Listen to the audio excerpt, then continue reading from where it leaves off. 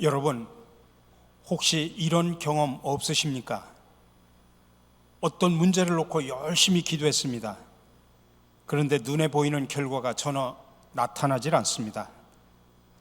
간절히 기도했는데, 울며 불며 기도했는데 하나님은 들으시는지 마시는지 아무런 변화가 없습니다. 강감무소식입니다. 그래서 실망하고 지쳐서 아예 기도를 포기해버립니다. 심한 경우 기도해봤자 아무 소용이 없다는 생각까지 듭니다. 이런 일은 누구라도 충분히 경험할 수 있습니다. 그러나 이것은 기도에 관한 오해에서 생긴 일입니다. 많은 사람들이 기도에 관해 이렇게 오해합니다. 기도를 마치 도깨비 방망이 뚝딱 치면 척척 이루어지는 것처럼, 혹은 알라딘의 램프를 문지르면 무슨 소원이든 성취되는 것처럼 생각합니다. 큰 오해입니다. 기도는 내가 요구하는 대로 하나님이 척척 들어주시는 게 결코 아닙니다. 그렇다면 내가 주인이고 하나님이 심부름꾼이라는 말입니까? 그럴 수는 없죠. 기도는 하나님과의 대화입니다. 그리고 그 대화의 주도권은 어디까지나 하나님께 있습니다. 하나님이 주님이십니다. 그러므로 응답은 하나님의 뜻 가운데 여러 가지로 나타날 수 있습니다. 우리가 기도하면 액면 그대로 응답하실 수도 있고 반대로 거절하실 수도 있습니다. 그러나 일단 거절을 당하면 기분이 좋지 않은 게 사실입니다. 사람에게든 하나님에게든 마찬가지죠. 그러나 좀 더 깊이 생각해 볼 필요가 있습니다. 거절당하는 게 무조건 나쁜 것인가? 그렇지는 않습니다. 때로는 거절당하는 것도 사랑이요 더 큰 유익일 수도 있다는 사실입니다. 예를 들면 어린아이가 엄마에게 계속 초콜릿을 사달라고 졸라댑니다. 만일 달라는 대로 다 주면 어떻게 될까요? 머지않아 사랑하는 아이의 치아가 엉망이 되는 거죠. 그러니까 부모는 단호하게 거절합니다. 어린이는 자기 욕심대로 요구하지만 판단력이 있는 부모로서는 무조건 받아줄 수가 없는 것이죠. 마찬가지입니다. 우리가 기도하는 그대로 하나님이 들어줄 수 없는 경우가 허다하다는 사실입니다.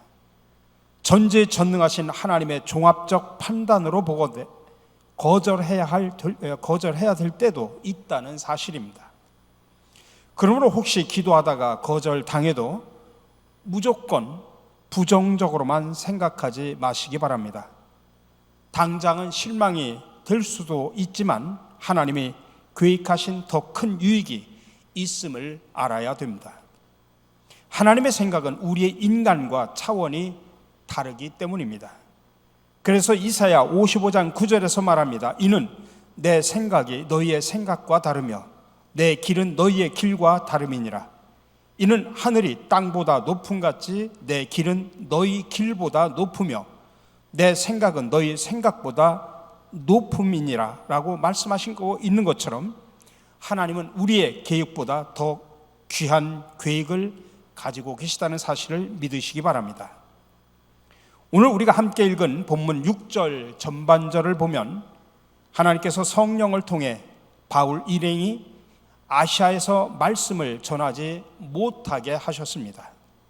6절 상반절에서 말합니다. 성령이 아시아에서 말씀을 전하지 못하게 하시거늘. 여기서 못하게 하시거늘이라고 하는 이 말의 원문의 뜻은 거절하다는 뜻을 갖고 있습니다. 우리는 여기서 놀랍게도 막으시고 거절하시는 하나님을 봅니다. 우리를 보호하시고 인도하시는 하나님이 왜 우리의 계획을 거절하십니까? 크게 거절하는 데는 세 가지 이유가 있습니다. 첫째로 하나님은 우리의 계획이 하나님의 뜻과 반대될 때 거절하십니다. 그 계획이 우리의 삶에 죄가 되고 해가 되기 때문입니다. 이런 경우 하나님의 거절은 정지의 신호입니다. 우리가 자녀를 사랑하지만 위험한 칼을 달라면 주지 않습니다. 가지고 있으면 오히려 빼앗습니다. 그러니 이 거절 앞에서 좌절할 것이 아니라 회개하고 하나님이 원하시는 삶의 방향으로 돌이키면 됩니다. 두 번째, 하나님은 우리에게 기다림이 필요할 때도 거절하십니다. 이 경우 하나님은 우리의 계획을 완전히 다 안 된다고 하시는 것은 아닙니다. 아직 우리가 인격적으로 영적으로 성숙되지 않아서 때를 기다려야 한다고 말씀하십니다. 이 경우 하나님의 거절은 기다림의 신호입니다. 그렇다면 겸손하게 훈련받으며 조용히 기다리십시오. 이렇듯 하나님은 우리의 계획이 하나님의 뜻과 반대될 때 또는 기다림이 필요할 때 거절하십니다. 근데 또 다른 중요한 세 번째 이유가 있습니다. 이제 본문을 통해서 그 이유를 발견해 보려고 합니다. 바울 일행이 가려 했던 소아시아는 소아시아를 말하는데 오늘날 터키 서부에 해당하는 지역으로 에베소와 그 주변 지역입니다. 바울 일행이 이 지역에서 다른 것도 아니고 하나님의 말씀을 전하려고 했는데 하나님이 성령을 통해서 막으셨습니다. 그들의 계획을 거절하신 것이죠. 여러분도 최근의 삶 속에서 간절히 원했던 계획을 하나님께서 막으셨다고 느낀 적이 있습니까?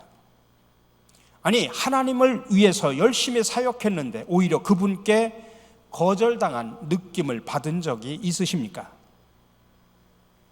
자신들의 계획이 막히자 바울 일행은 부르기아와 갈라디아로 다시 무시아 앞에서 비두니아로 이동하며 선교의 길을 찾았습니다.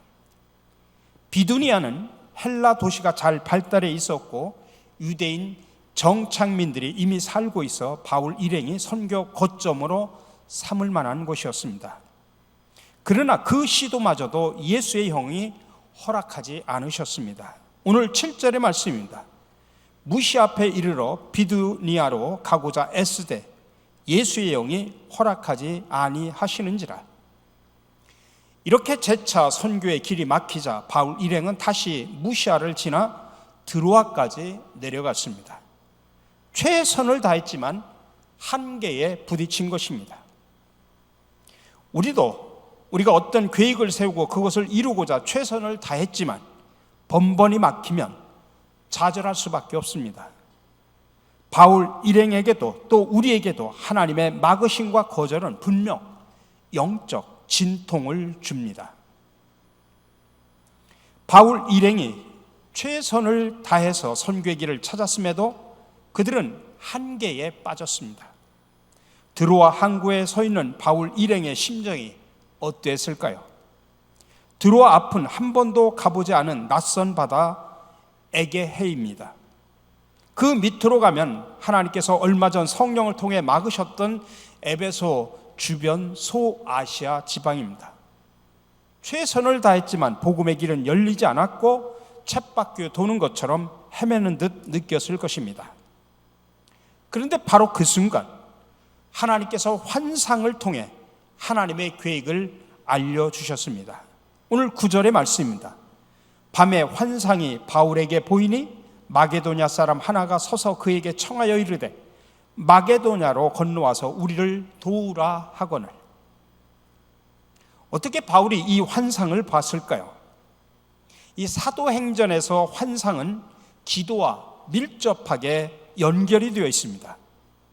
바울이 다메섹 도상에서 개종한 후에 3일 동안 금식하며 기도할 때 하나님께서 아나니아가 안수하여 다시 보게 되는 환상을 보여주셨습니다. 고넬료가 기도 중에 하나님의 사자의 환상을 보기도 했습니다. 또한 베드로가 기도하다가 큰 보자기 환상을 보기도 했습니다. 이렇게 볼 때 바울이 환상을 본 것은 우연한 것이 아니라 기도 응답으로 주어진 것입니다. 바울 일행은 자신들의 계획을 내려놓고 하나님이 계획해 두신 마게도냐로 가기를 힘씁니다. 10절에 그 내용이 나옵니다. 바울이 그 환상을 보았을 때 우리가 곧 마게도냐로 떠나기를 힘쓰니 이는 하나님이 저 사람들에게 복음을 전하라고 우리를 부르신 줄로 인정함이로라. 아주 놀랍습니다. 지금 바울 일행은 소아시아를 보고 있었던 그때 하나님은 마게도냐를 보고 계셨습니다. 바울 일행이 아시아의 선교를 계획하고 있을 때 하나님은 유럽 선교를 계획하고 계셨습니다. 그들이 하나님의 놀라운 계획을 인정하고 순종해 마게도냐로 즉시 행보를 옮기면서 역사적인 유럽 선교의 문이 열려지게 된 것입니다. 그래서 오늘 우리는 이 본문을 통해서 하나님의 거절에 대한 세 번째 이유를 알 수 있습니다. 하나님은 하나님의 계획이 있으실 때 우리의 계획을 거절하십니다. 하나님의 계획이 우리의 삶과 사역의 최선이기 때문입니다. 그렇다면 이때 주어지는 하나님의 거절은 정죄의 신호나 기다림의 신호가 아닌 인정과 순종의 신호입니다.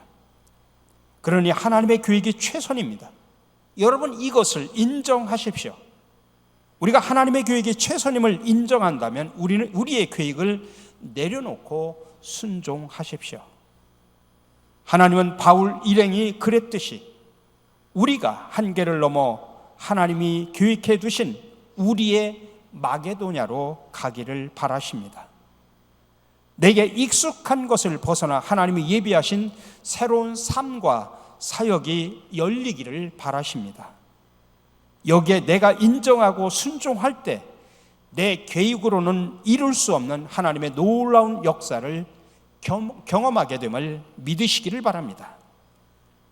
우리 사랑하는 성도 여러분, 특별히 우리는 교회 창립 90주년을 맞이하면서 그냥 지금까지 해오던 대로 익숙하고 편하고 쉽게 갔으면 좋겠는데 하나님은 그 길을 거절하시고 우리에게 새로운 마게도냐로 나아가기를 원하십니다.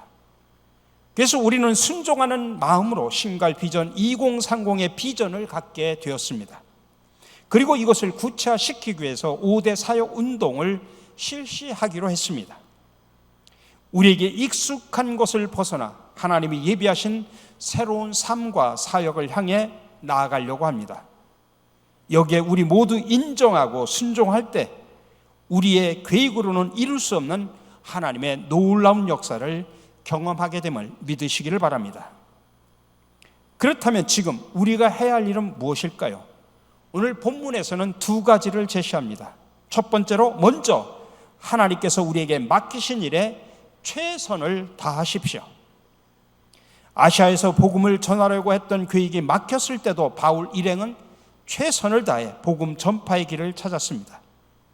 우리도 가정, 교회, 직장에서 하나님께서 맡기신 일에 최선을 다해야 합니다. 그것은 각자의 삶의 자리에서 하나님의 나라를 만들어가는 일꾼으로 힘있게 살아가는 것입니다. 두 번째로, 그러나 맡겨진 일에 최선을 다하는 것도 중요하지만 더 중요한 것이 있습니다. 바로 하나님의 계획을 인정하고 순종하는 것입니다. 하나님의 계획을 인정하기 위해 먼저 그분의 계획이 무엇인지를 알아야 합니다. 그래서 말씀과 기도를 통해 하나님이 우리에게 들려주시는 세미한 음성을 들을 수 있는 영적 분별력이 있어야 됩니다. 하나님은 바울 일행이 기도할 때 환상을 통해 당신의 계획을 알려주셨습니다. 오늘도 동일하게 살아계신 하나님은 우리가 기도할 때 지금도 말씀을 통해서, 때로는 깨달음을 통해서, 때로는 영적인 체험을 통해서, 때로는 돕는 사람들의 다양한 방법을 통해서 하나님의 계획을 알려주십니다. 그때 여러분, 하나님의 계획을 인정하십시오. 내 계획을 내려놓고 그분의 계획에 순종하십시오. 때로는 쉽게 이해가 되지 않지만 하나님의 계획을 인정하고 순종하며 하루하루 살아갈 때 어느 순간 그분께서 예비하신 마게도냐에 이미 서 있는 우리 자신을 발견하게 될 것입니다. 우리 사랑하는 성도 여러분, 하나님의 거절을 경험한 분이 계십니까? 사실 하나님의 거절 뒤에는 예상치 못한 하나님의 은혜가 있음을 믿으시기 바랍니다. 하나님의 뜻과 반대된 계획 때문에 그분의 거절을 경험하고 계십니까? 멈춰 회개하고 돌이키십시오. 그러면 회복의 은혜가 있을 것입니다. 인격적으로 영적으로 성숙이 필요하기 때문에 하나님의 거절을 경험하고 계십니까? 그렇다면 겸손하게 훈련받으며 조용히 기다리십시오. 깊어짐의 은혜가 있을 것입니다. 나의 계획을 뛰어넘는 하나님의 계획이 있기에 그분의 거절을 경험하셨습니까? 그렇다면 하나님의 계획을 인정하고 순종하십시오. 예상치 못한 그분의 역사를 경험할 것입니다. 그리하여 새로운 마게도냐에서 하나님과 함께 동행하며 하나님의 기쁜 뜻을 실현시키는 하나님의 백성들이 될 것입니다. 우리 모두 함께 새로운 마게도냐를 향해서 힘있게 우리가 출발하는 저와 여러분들이 되시기를 주님의 이름으로 간절히 축원합니다.